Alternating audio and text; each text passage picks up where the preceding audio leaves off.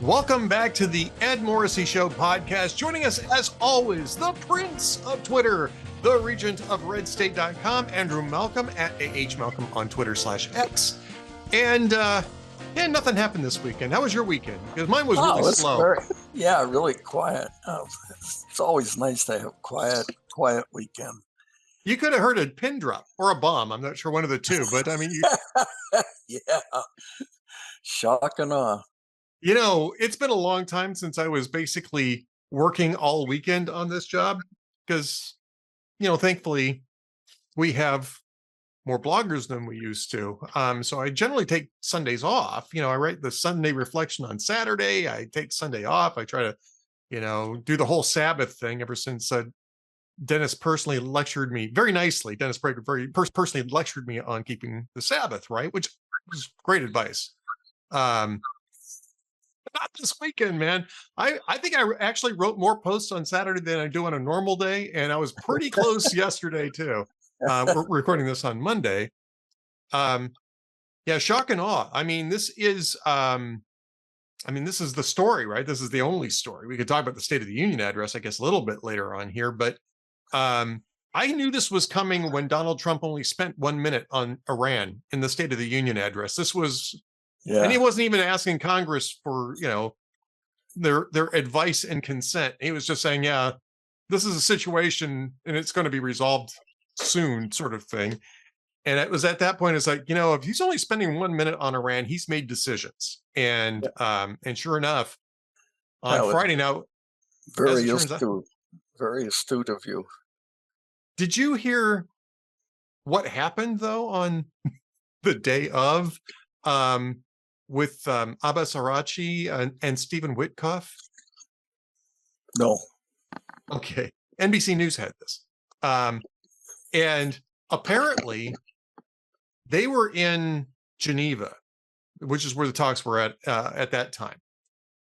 And the U.S. was insisting that Iran stop enriching uranium and that they needed to talk about the ballistic missiles and terror proxies, and Arachi started yelling at Witkoff, apparently, and they weren't even direct negotiations at this point in time, but that Iran has a right to enrich, and that the U.S. has no right to tell them not to enrich because Iran has a right to enrich. And Stephen Witkoff said, "Well, yeah, and the U.S. has a right to stop you." And she started yelling at him again. He says, "If you want, I can just leave," and that's what happened. Witkoff walked away. And it was just a few hours later that Arachi got Trump's response, Trump's and Israel's response. Those are fascinating little nuggets of history, I think. I love that stuff. And I also heard that, I think it was an Israeli newspaper that Israel confirmed Khamenei's death before Iran did, and they had a picture. Yeah, they got a picture. I guess it was probably a surveillance drone that was over the ruins of the palace. Would be my guess. Yeah, they got a picture of it. Well, they had people positioning the leaders. I just admire. Of course, it comes from millennia of persecutions, but the skills of the Jews are just phenomenal. I just, the pagers blowing up and all this, and then I read that they hacked the leadership's personal messaging system to get them all in the same place. Yeah. Well, that doesn't surprise me. They knew when they were. Okay, this is the thing that's bugged me all weekend long. Bugged me so much is just how in the world, when you have the biggest armada that the region has seen in 25 years or 23 years parked on your doorstep, and you have your foreign minister screaming at the Americans that you're never going to back down. How in the world do you decide that that's a really good time to have an in-place meeting with 50 of the most important people in Iran all in one spot? Yeah.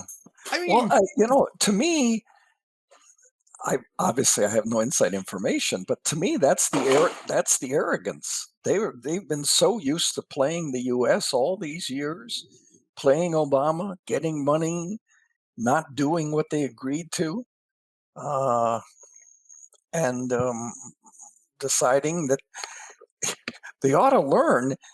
Syria learned that Trump doesn't bluff. Obama did, but but Trump does not.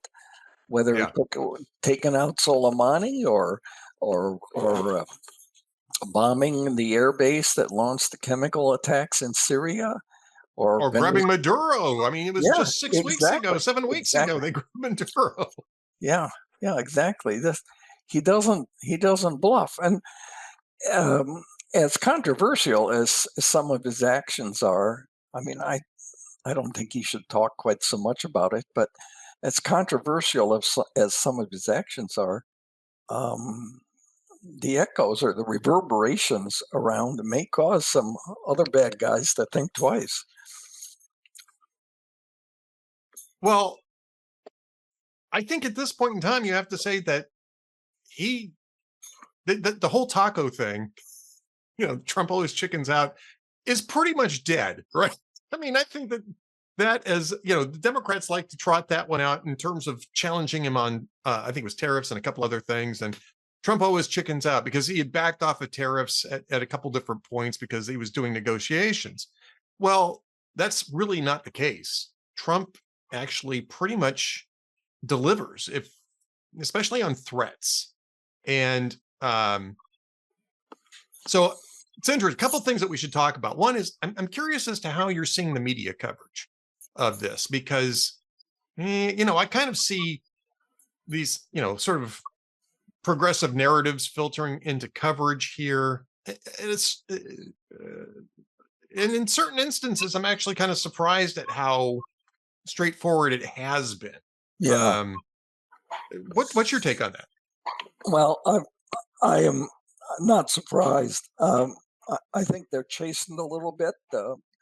Trump's lawsuits and threats and agreements and some changes in media have I think chastened some of the managements um, to behave better. Uh, and so they're a little bit more cautious, but it's still going to come through. And the reality is that news is things that are happening. News is conflict, and if anyone stands up and says, what he's doing is wrong, that's conflict, and so it's going to get covered. And they have learned that they don't have to do anything; they just have to criticize Trump. The word Trump in the headlines is golden for the news media. Uh, and they don't really think that much about the damaging uh, the impact of it. I'm not sure. This war is it's the most talked about war before it even happened. I I'm a little bit bothered by it. I know it's part of his threat and his negotiation is, although he hasn't applied this to Putin, but Trump saying, uh, I'm going to be deciding in a few days and stuff. Just decide. It's like can't imagine Roosevelt saying, we're thinking about a massive invasion of the French coast to finally end this Nazi threat. And when we do, it'll probably be when the moon is covered. So it's just why do this? Just say we're Yeah. thinking about it and we haven't decided.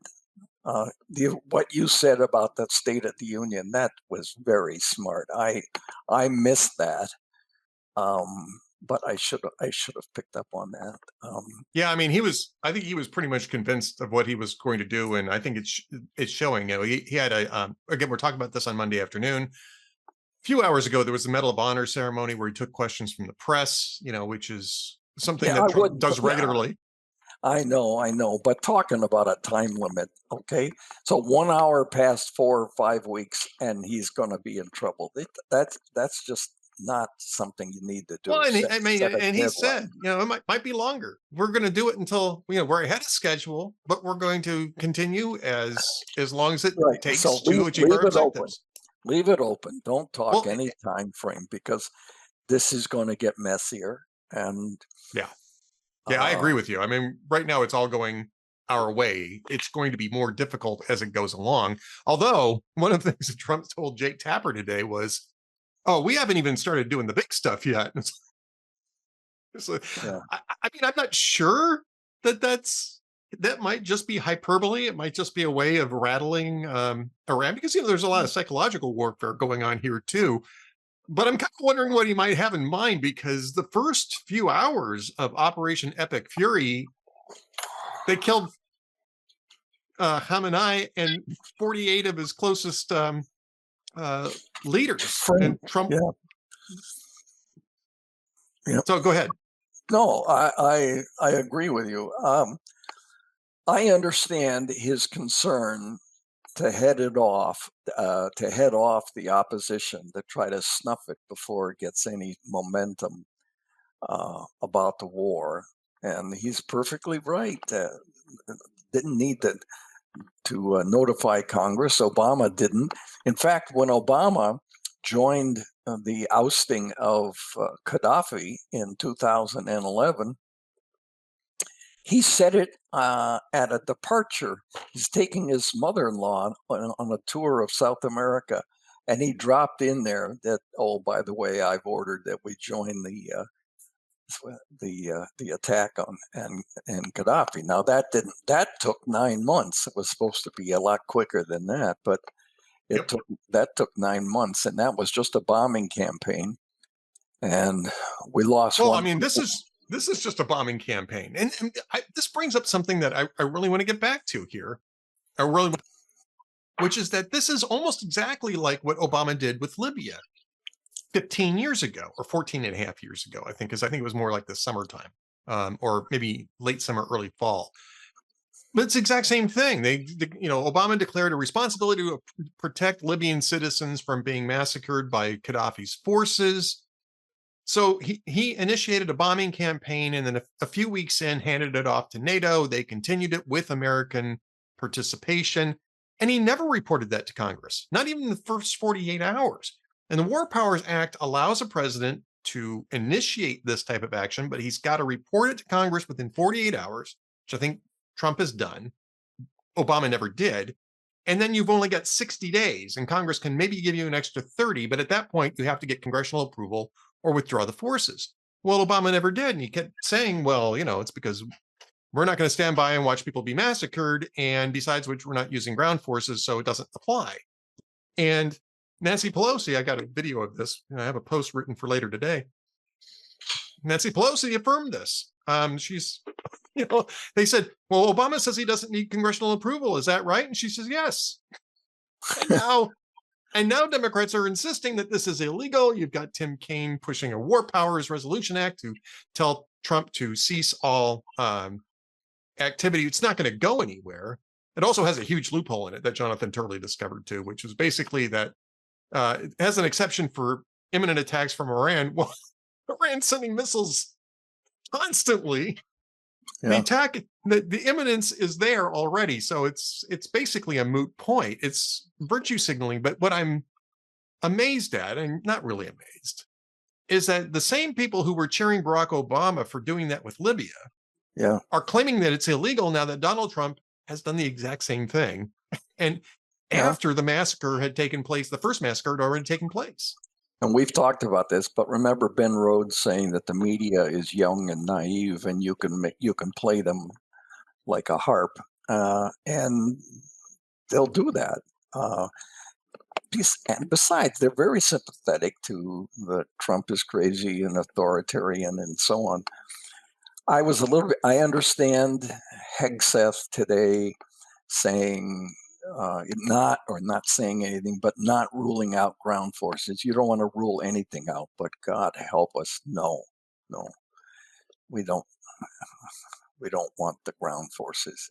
I don't even know what you do with ground forces. Iran Well, is I don't huge. either. I don't either. But You know, there's never been a war won by only bombing. Okay, so you got to get them to collapse themselves.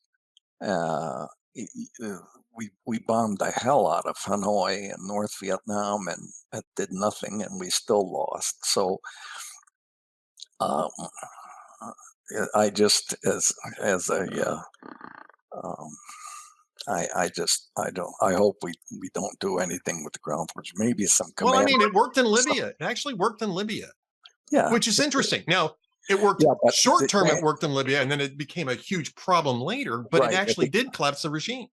it did, and it showed the fragility of the regime, and it was the country, I think, was ripe for it. And then, of course, 9 months later, the mob caught Gaddafi hiding in a culvert and tore him apart. So that removed him. There was no line of succession, and there were no more mullahs lining up to doing job interviews. So where do you see yourself in 5 years? Dead. And I just the mention of ground forces is disturbing. That's another quagmire. Yeah, I think it's mostly Bluff. just that part is just that we're keeping all of our options open. We haven't taken anything off the table yet. Not even a bluff, just saying all of our options are still on the table. We are not going to take anything off the table, which makes sense rhetorically speaking, and in terms of psyops. You know, you want them having to game out this stuff. What I do find interesting, though, is that again, he's talking about several weeks of this. So there is a lot of targets that they want to hit, both us and the Israelis. And that's good, you know. You don't want to go in with half measures and then have to go back in, and then everybody says, "Oh, here we go again." Do it big, get it over, and he's very smart. You remember when we ousted Hussein, we didn't have a plan for what happens when we win. When he ousted Maduro, we're sort of leaving the structure in place, and that's very smart. And Iranians are going to have to step up. I don't know if it's the prince or somebody, but they're going to have to step up. And there's a half a dozen. What's the word? Aggrieved Factions? aggrieved minorities in Iran that may have their thoughts about their own independence, and you know, they have a civil war over. No, we want this region for ourselves, and so on.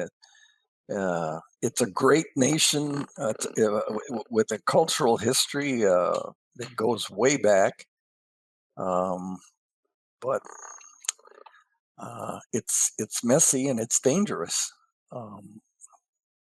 Yeah, it's well, they're trying to make it less dangerous. They've apparently sunk every ship in the Iranian Navy now. That's the claim, including that brand new drone carrier, which was the first to go, apparently, as we were discovering today. Yeah, that's in. But no, the reverse side of that is we have big ships in the area too. So. Well, we do, but they have limited ways of getting to them. That's the thing. They do, but others might not. I mean, I'm thinking of Taiwan and China and so on. So and this is part of, I think, it's worth discussing, I think, because I've seen people say, well, China is now going to make a move on Taiwan while we're tied up here. Honestly, I think China is looking at this, and they're looking at it the same way that Russia's looking at this. Because as it turned out, a few days ago, apparently, the Iranians went to Russia and asked them to do military drills so that their military was in harm's way. And Russia said, it's been good to know you. Yeah, Um, yeah, and the Iranians now are lamenting having allied with fair weather allies like Vladimir Putin. I honestly think that after looking at what happened in Venezuela and what's happening right now in terms of Iran, we're demonstrating capabilities. I think that they either were unaware of or were convinced we'd never want to use. And I think that as long as Trump's president, I think the Chinese are going to hold off on the whole Taiwan thing. They'll talk big about it, but yeah. I Right. suspect that they're not interested in in getting into this, and not just because the U.S. would intervene, but because Taiwan has the same technology we do. I mean, we share these systems and we share, strategies and all of this. And China's army has largely been untested since Vietnam. I'm not even sure they were that involved in Vietnam. That was mostly the Soviets. Certainly, they were involved in Korea, but China, they haven't been in combat in decades. And one of the things that you see with the types of military leadership that these regimes produce is that they reward toadies Yeah, and party hacks over people who actually know what they're doing. And you never get a chance to develop the type of initiative and innovation and and it's not, adaptation. and it's not part of the culture. It's not The part of the culture either, right? the And that's true. the individualism of Americans, of well, actually Western. Uh, Yeah, you, Western militaries operate on initiative. One of the things that happened almost immediately, and Abbas Arachi was saying was, well, okay, so we are now going into mosaic mode or whatever it is that they call it, mosaic something or other, which means that basically all these units can operate independently. My guess is this is the first time that they've ever been allowed to operate yeah, independently and will have no idea what to do and can no longer coordinate. That can be very dangerous for, a very short period of time. But the problem is that these units tend to fall apart if they're asked to do something that would have gotten them killed yeah. the day before. So, Uh, yeah. no, I agree. A couple of things. One, I think that's why we're being so cautious about getting rid of Putin, Yeah. because there's a lot of factions in Russia, and each one of them has nuclear weapons. So it's not something we need to address right now. But what's the word? Pulling back for a moment and looking, there appears to be, certainly not noticed in the media, but a much larger strategic picture Trump is employing. Okay, and let's look at the pieces here. Russia is being degraded. Uh, its military is being degraded, and it will take a very long time to rebuild it. They're losing thousands every month. I've seen 30,000. I've seen less than that every month. And their military has been degraded. In fact, uh, Biden's head of the military, the chairman, he said at the very beginning that this would be helpful to degrade Russians' capability. But beyond that, look at this. So Russia is busy, it's occupied, and it's losing men and equipment. Venezuela was a major supplier of oil to China. That's out of the picture now. Yeah. Iran was a major supplier of oil to China. And That's Russia. Well, Russia produces their own oil, but yeah. they're Yeah. building.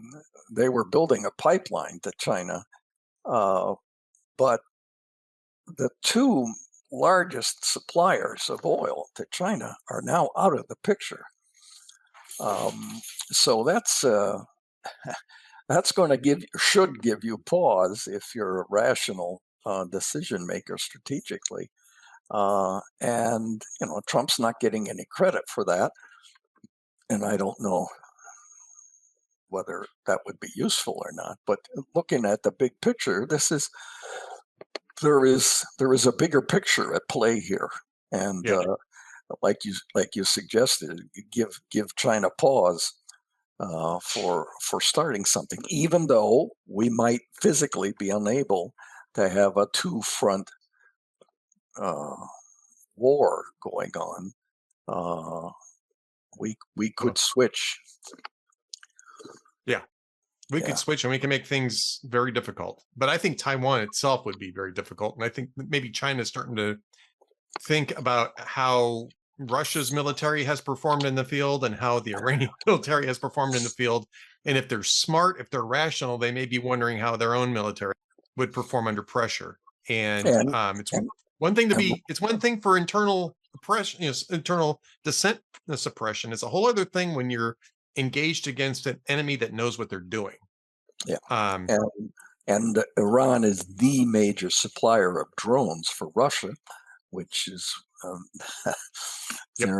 their main effort, or certainly a major effort in Ukraine. Yeah, well, it's true, and I mean, that drone production got damaged and then redirected back to Iran after the 12-day war. But yeah, that's probably one of the reasons why Russia was like, well, we're not getting drones anymore, so see you later. I still think drones are overrated when you've got a military that has other options. So I got reamed in the comments for this, but I'm going to explain this. Is that people were saying, well, Iran has the, best drone performance, blah, blah, blah, blah, blah. And it's like, it's great for taking out old ladies in Tel Aviv, but it doesn't really stand up to a robust military operation. And the U.S. uses drones, and we use them very effectively, but we pick and choose our spots. They are not our primary, our primary platform. The platforms that we use are, the USS Gerald Ford, the USS Abraham Lincoln, B-2 bombers, because we have those types of assets. The problem for Iran is they don't have anything else. This is what they've got. They have tried to put fighters in the air a couple of times, at least a few times over the last couple of days, and they're just getting taken out of the air as soon as they get up there, because our stuff is just a hell of a lot better than their stuff, and we train our pilots better. Which brings me to a major mystery. Bahrain shot down 3 F-35s. Mm-hmm. Are you talking about Kuwait? Was it Kuwait? Kuwait. Yeah, I thought Kuwait, for which is friendly fire. But wait a minute, those F-35. Well, first of all, were they F-35s or were they F-15s? I thought I heard that they were F-15s. Well, I read 35s, but I hope they were 15s. But either way, how do you do that? It was anti-aircraft. It was anti-aircraft fire, and these weren't stealth. These weren't stealth. This is the reason, people were saying, well, how come all these other nations aren't sending fighter jets or bomber jets into Iran? The problem is that the airspace is crowded, and you have to coordinate that. You can't just say, oh, well, we're going to fly in there too, because you're going to get shot down. They use something called identify friend or foe, IFF systems. And this is one of the things that has been an issue in sales to Israel and sales to Turkey, is the IFF and radar systems too. And, because some of this stuff is very high security stuff. We've gotten over it with Israel. We never did with Turkey. Thankfully. But yeah, thankfully. Yeah, exactly. But yeah, I suspect what happened is that there was some sort of IFF screw up and they didn't recognize them as friendlies. And so they thought that they were incoming missiles and sent up the ABM stuff and ended up, basically anti-aircraft is what it turned out to be.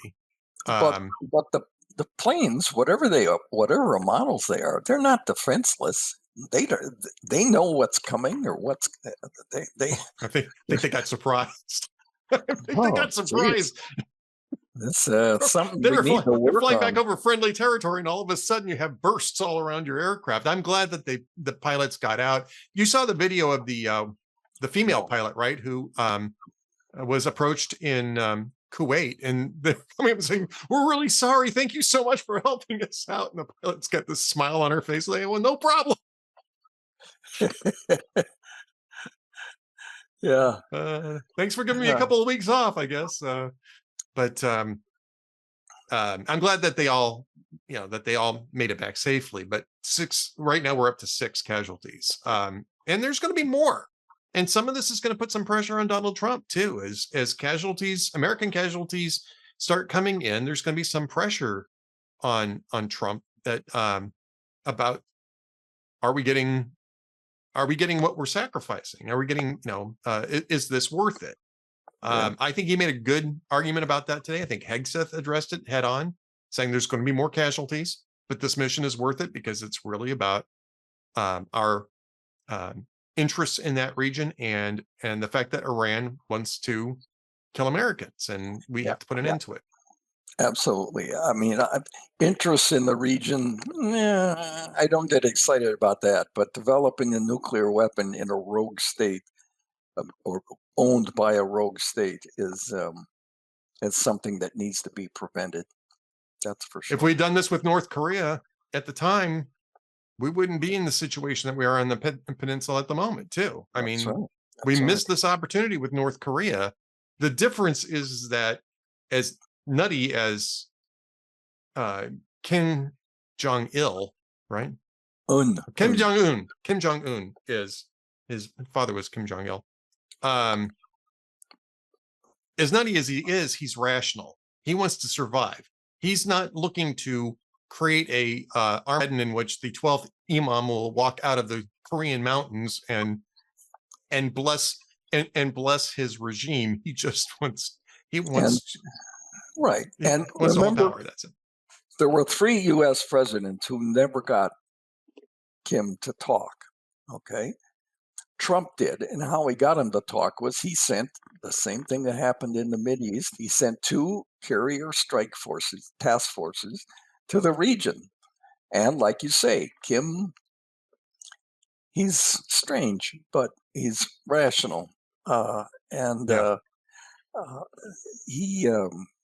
so he, we'll talk. And he stopped his missile tests and so on. We haven't gotten anything substantive out of it, but it was progress compared to what was there before. And he was forced to face a reality. And Trump was not afraid. Other presidents were, but Trump was not afraid to show his steel fist. And American presidents recently have been reluctant to do that, and especially in Asia. Okay, I lived there for a while. The thing that surprised, one of the biggest lessons I took away is that the idea of mercy does not exist in Asian societies. It explains the rape of Nanking and Japanese extremities during the war. Also, if you act like a good guy, something that in our society, Western society, would be seen as a good gesture, that is a sign of weakness. Okay? It's not a positive. It's not a positive.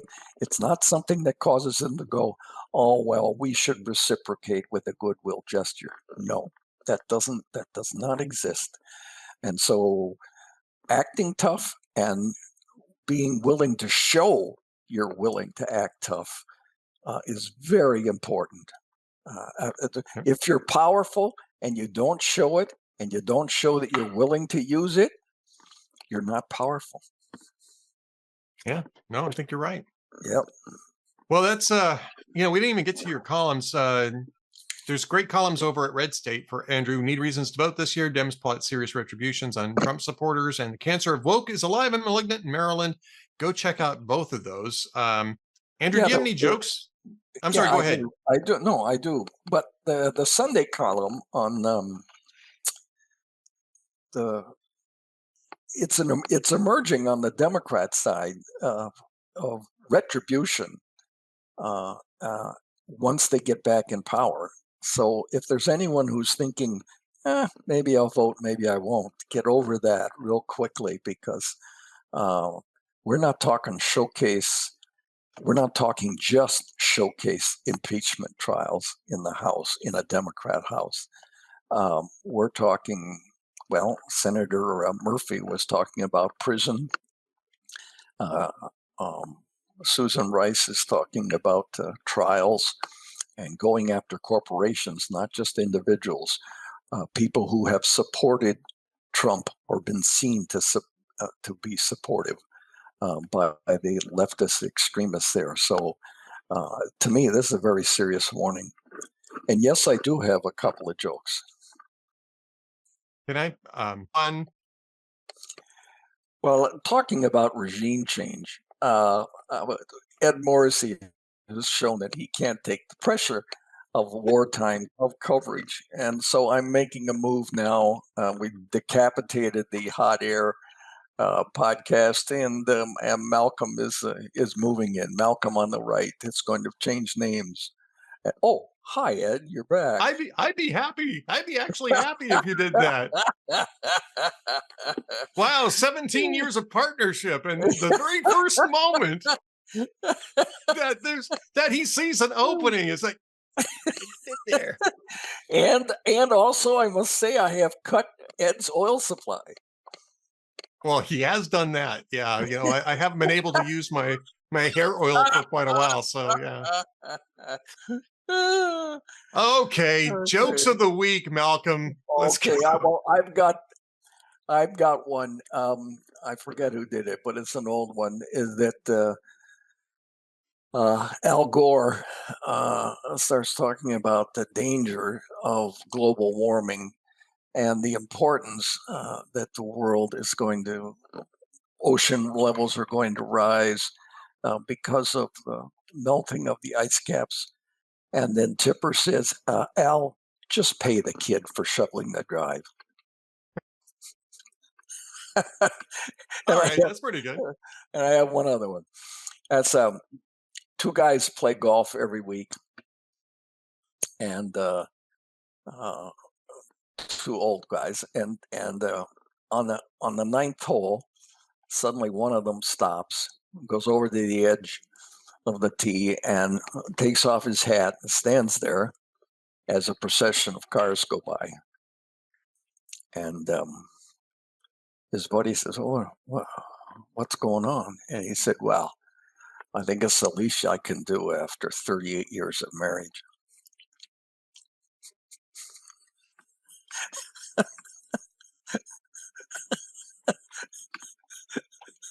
Okay. We're going to get in trouble with our wives. We're going to get in trouble with our wives from today's jokes, because I've got one joke for you today. And from jokesoftheday.net, I love jokesoftheday.net. It says, two middle-aged women come before King Solomon, and they're dragging this finely dressed young man between them. And the king's advisor says, "What is it that you want from the king?"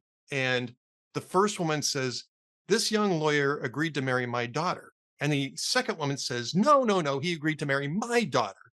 And they start arguing back and forth.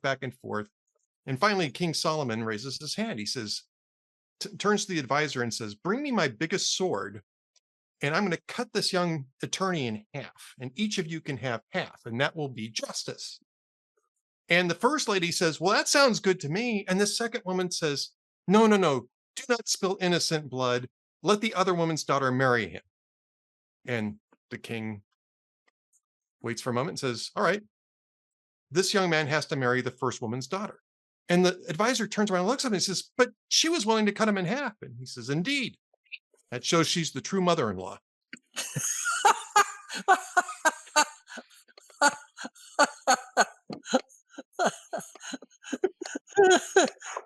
I like that one.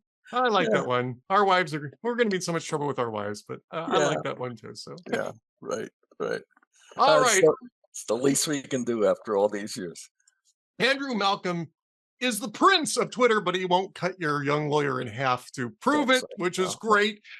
He's also the regent of redstate.com and still will not cut your prospective son-in-law in half. This is all good stuff. Nor will I play golf. Nope, play golf. There you go. At AH Malcolm on Twitter. That's where you can find him. Redstate.com. That's where he writes. Andrew, so much fun today. Let's do this again next week. Okay, buddy. Take care. Thanks, everybody. See you then.